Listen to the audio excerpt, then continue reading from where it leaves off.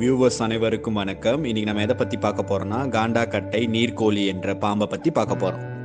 காண்டாகட்டை நீர்க்கோழி அல்லது ஆசியா தண்ணீர் பாம்பு என்பது விஷமில்லாத பாம்பினம் ஆகும். இப்பாம்புகள் ஆசியாவில் காணப்படுகின்றன. இந்த பாம்புகள் ஏரிகள், ஆறுகள், குளங்கள் போன்ற இடங்களில் அருகில் காணப்படுகின்றன. இதன் கண்கள் சிறியதாகவும் கண்களை சுற்றி கருவளையம் அமைந்திருக்கும். இதன் உடல் பழுப்பு நிறத்திலும் அதன் மேல் சதுர வடிவில் கருப்பு புள்ளிகளும் இருக்கும். காண்டாகட்டை நீர்க்கோழி பாம்பின் தலை கூர்மையாக இருக்கும். இதன் உணவு சிறிய மீன்கள் மற்றும் நீர் தவளைகள் ஆகும்.